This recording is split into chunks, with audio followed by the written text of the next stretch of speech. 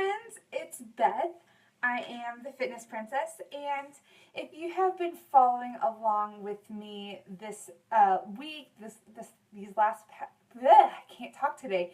These last couple of days, you know that we have been talking about finding food freedom.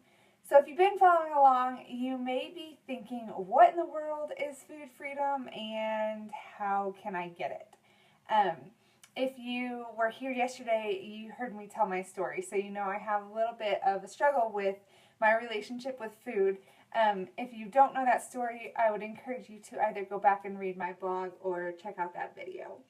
But today I just want to share the Food Freedom Plan and how you can get it. Now imagine with me, if someone told you that you could never have ice cream again, or if you could never have pie again, or you could never have Mexican again. Enter your favorite food, whatever it should be. If someone told you that you could never have that again because it was bad, you probably would not like that very much. I know that I wouldn't.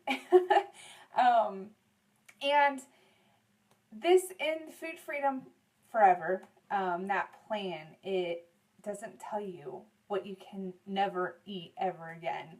I want to share this last resource with you guys. As you know, I'm a bit of a book nerd and I love to read.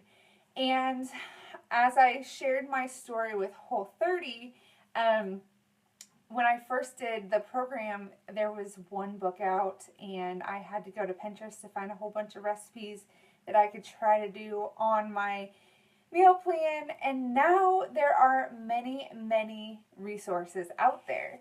And so yesterday I shared that it was about 6 months from when I first said, okay, this is what I'm struggling with, to when I finally got my act together with my nutrition. I gave Whole30 another go for the 5th time in October, and later that month, Melissa Hartwig, one of the co-creators of the program, came out with another book. And I knew that I wanted to read it, but I still wanted to make sure that Whole30 was going to work for me like it did the first 4 times. And I really wanted to get back on track with my nutrition. So in January, I decided to do Whole30 again. That's the most popular time to do Whole30 is January. Everyone is making their New Year's resolutions, trying to get on the healthy train. And I was no exception to that. I wanted to do another round. But this time I wanted to include her book called Food Freedom Forever. And guys, let me tell you, I was not even out of the author's note at the very beginning of the book before I got my highlighter out and started marking it all up. It's that good. And I feel like Melissa, in my head, Melissa and I are like besties, and she tells me what I need to hear. And I feel like this book was a love letter written to me because she knew exactly what I was needing and exactly what I needed to hear. And she knew that I needed to have a plan for eating and fueling myself. So, this book literally made me want to cry in some places. While some of you may be thinking, seriously, it's a book about food. How can that make you cry? I really felt like she was speaking right into my soul. I had been struggling with this for so long, and I knew I needed help. I needed to get out of it, and I feel like she handed me the tools in this book that I could live the rest of my life in food freedom. The tagline to this book is letting go of bad habits, guilt, and anxiety around food. And I don't know about you, but I feel like there's such a stigma sometimes with eating maybe a less than healthy food and feeling guilty about it later and saying to yourself, oh, I'm going to have to spend extra time in the gym because I just ate that. Or I'm going to have to do such and such to get rid of those feelings. And I will not lie, I was in that boat. I was feeling guilt and shame about what I was putting in my mouth. And so this book just helped me realize that I can own every single decision I make regarding food. If I want that cupcake, by golly, I'm going to eat that cupcake. I'm not going to feel guilty about it. I'm going to enjoy it, and I'm going to keep on going with my life. And that was freeing to me. Now, the plan that she goes over is starting out with some sort of a reset. She tells you that you can do the Whole30, or you can create your own, and she gives you ideas on how to do that in this book. For me, since I have had such a good relationship with Whole30 since I've done 6 rounds, I will probably always choose that. But she tells you that you need at least 30 days to get rid of those foods in your diet that are having a negative effect on you. And negative could mean anything, like a physical negative effect. So if your stomach is hurting, you need to get rid of that food, or a mental, emotional connection, unhealthy connection with that food. And for me, I needed to break the cycle of the emotional connection with the food. And so doing a Whole30 allowed... Oh, there we are. I don't know what happened. Something on my phone. I got a flash flood warning. Anyway,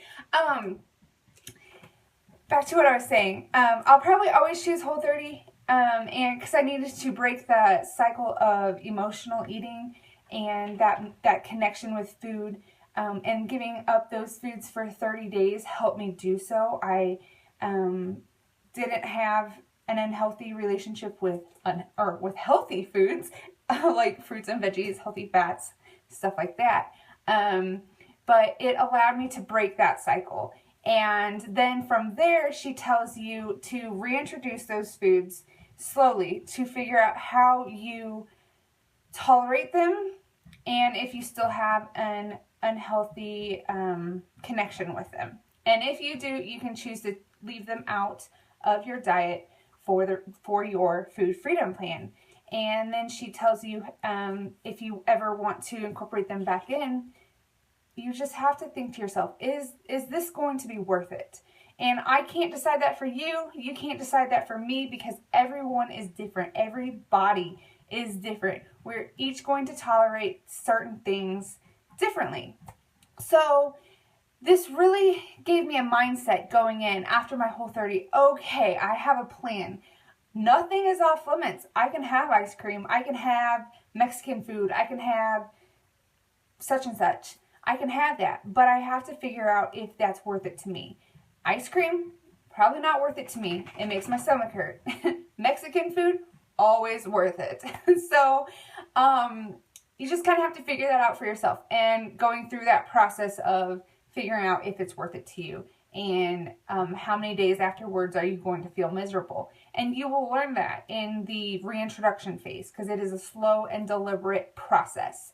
So just living in food freedom, knowing that nothing is off limits, that you can have anything you want, is freeing. But also knowing that how foods affect you, that's empowering. So you know going into it, and you can have a plan. Okay, if I eat this ice cream, I'm going to probably not feel my best for the next 2 days, and then I'll be back to myself.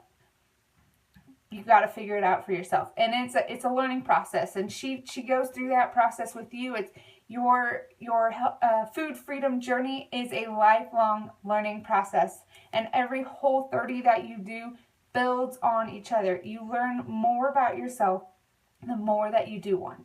And so that has been just a really freeing process for me. So that kind of introduces you to the food freedom plan, and I'm going to go in a little bit more detail on my blog, so be on the lookout for that. And tomorrow I'm going to be sharing with you, I'm going to be wrapping up this series and sharing where I'm at today, how I'm doing, and what's next for me. So I hope you'll tune back in tomorrow, and I will see you all later. Bye.